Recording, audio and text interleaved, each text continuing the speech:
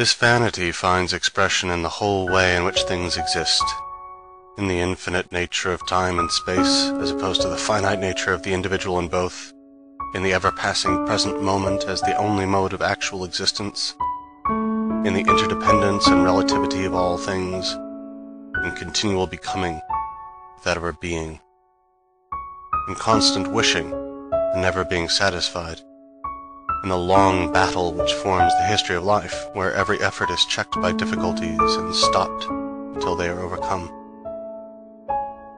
Time is that in which all things pass away.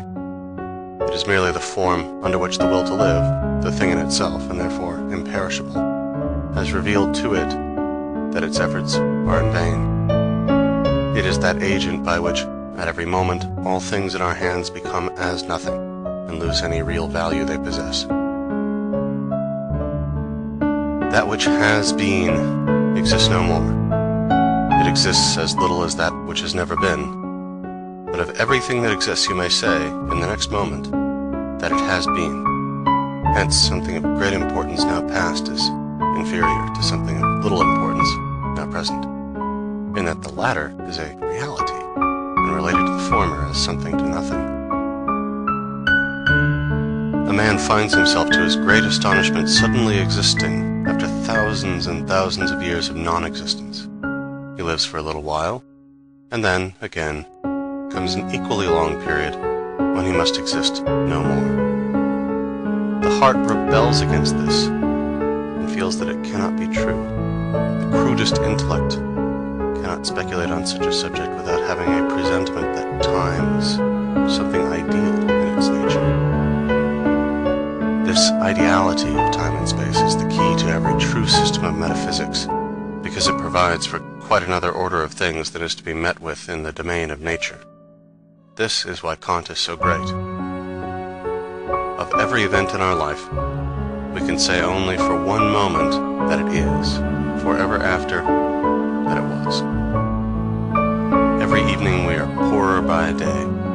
It might perhaps make us mad to see how rapidly our short span of time ebbs away. If it were not that, in the furthest depths of our being, we are secretly conscious of our share in the inexhaustible spring of eternity, so that we might always hope to find life in it again. Consideration of the kind touched on above might indeed lead us to embrace the belief that the greatest wisdom is to make the enjoyment of the present the supreme object of life, because that is the only reality, all else being merely the play of thought. On the other hand, such a course might just as well be called the greatest folly, for that which in the next moment exists no more and vanishes utterly, like a dream, can never be worth a serious effort. The whole foundation on which our existence rests is the present, the ever-fleeting present.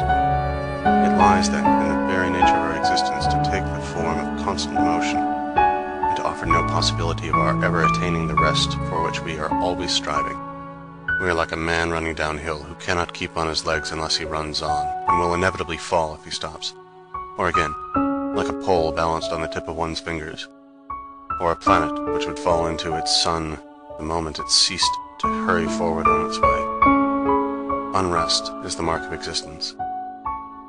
In a world where all is unstable and naught can endure, but is swept onward at once in the hurrying whirlpool of change, where a man, if he is to keep erect at all, must always be advancing and moving like an acrobat on a rope. In such a world, happiness is inconceivable.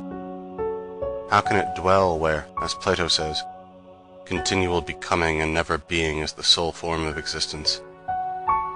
In the first place, a man never is happy but spends his whole life in striving after something which he thinks will make him so. He seldom attains his goal, and when he does, it is only to be disappointed. He is mostly shipwrecked in the end, and comes into harbor with masts and rigging gone. And then, it is all one whether he has been happy or miserable, for his life was never anything more than a present moment, always vanishing, and now,